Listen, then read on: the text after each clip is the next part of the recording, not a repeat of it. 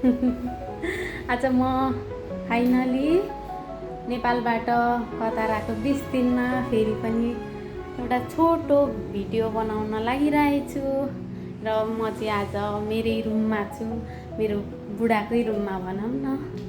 अनि म चाहिँ आज आएको 20 दिन भयो नेपालबाट।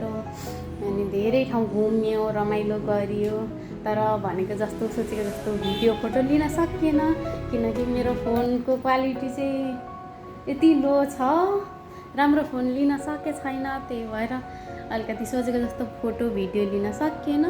त्यही पनि म यस्तै क्यामेराले भए पनि आज मेरो बसेको रुम देखाउँछु। यो चाहिँ हामी सुत्ने रुम बुढाबुढीको। अनि त्यसपछि अब यो परदेशको ठाउँ, यस्तै रुमभित्रै सुकाउने, कपडा खाने।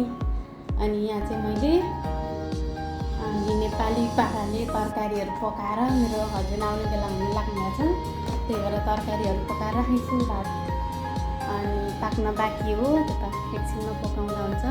त्यो हाम्रो क्लोजेट, यो चाहिँ हाम्रो कपडाहरू राख्ने रुम भइहाल्यो, के अरे दराज भइहाल्यो। यो सुत्ने रुम, हाम्रो सामानहरू यति छ। अनि यहाँ चाहिँ यति गर्मी छ, कुरै छोडिदिनु। म चाहिँ कतै जाँदिनँ दिनभरि, किनभने एक्लै कता जाने परदेशको ठाउँमा, सबै अचिनारो, चिनेको कोही छैन। अनि त्यही भएर म चाहिँ मेरो बुढाको अफ भएको बेलामा, बिदा भएको बेला मात्रै घुम्न जान्छु बाहिर, उहाँले लग्छिन्छ। धेरै ठाउँ घुमिसकेँ, लगभग घुमि पनि सकेँ राम्रो राम्रो ठाउँहरू। अनि म चाहिँ दिनभरि यत्तिकै बस्छु रुममै, मोबाइल हेऱ्यो, बस्यो, पकायो, खायो। अनि कति बेला मेरो बुढा आइसिन्छ भन्ने हुन्छ। दिनभरि बस्दा चाहिँ आएपछि चाहिँ फेरि समय गएकै थाहा पाइनँ, निस्क्यो, चल्यो। अनि जे होस्, नयाँ अनुभव, एक्सपिरियन्स लिएँ। विदेश आएँ, नेपालीहरू यहाँ आएर धेरै दुःख गर्नु भएको छ होइन, नराम्रो पनि लाग्छ। अब बाध्यता हो, हामी चाहिँ धेरै माथि छौँ, यहाँबाट हेर्न सक्नुहुन्छ। म चाहिँ 5 तला माथि छु। यताका नजारा यस्तो छ। हामी बसेको छेउतिर चाहिँ, अनि नेपालमा त यति बेला सायद रात परिसक्यो होला। यहाँ चाहिँ बेलुकाको 5 बज्ने बेला भयो।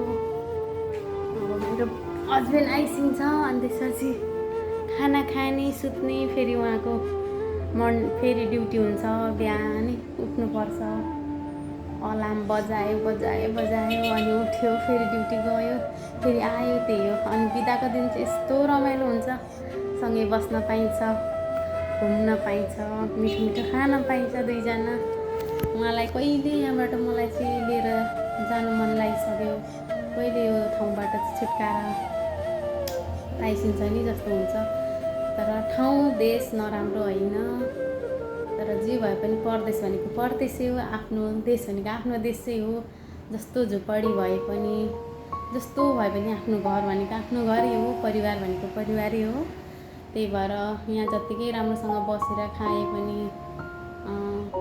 दुःख नभए तापनि, केही पैसा कमाए तापनि आफ्नो परिवारसँगै भएको जस्तो त हुँदैन है। अनि धेरै वर्ष भइसक्यो मेरो हस्बेन्ड चाहिँ यहाँनिर दुःख गर्छेको।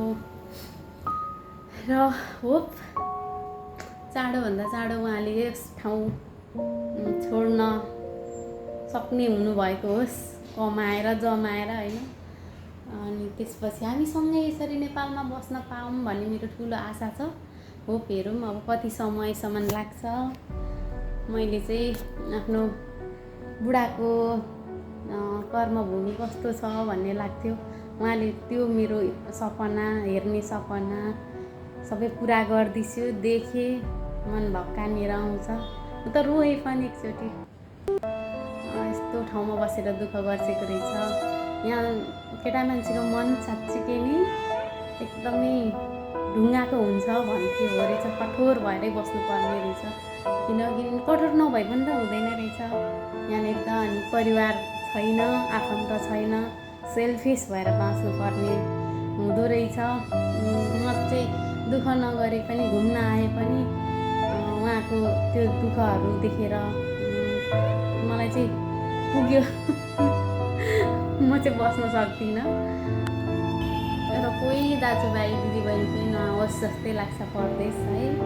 तर नेपालमा त्यो भनेर पनि त नेपालमा केही छैन, गर्न सकिन्न, त्यही त हो नि। अनि अब म 1 महिनाको बसाइमा आएको, 20 दिन त कट्यो, 10 दिन लगभग 10 दिन छ। 10 दिन पनि हामी रमाइलोसँग बिताउने छौँ र मेरो हस्बेन्डसँगै म चाहिँ नेपाल फर्किनेछु, किनकि उहाँको पनि बिदा छ, 20-25 दिनको बिदा छ।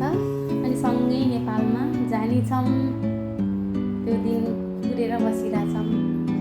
जस्तो जे भए पनि आफ्नो घर भनेको घरै हो, नेपाल भनेको नेपाली हो। आजलाई यति नै, भन्दै बाई बाई।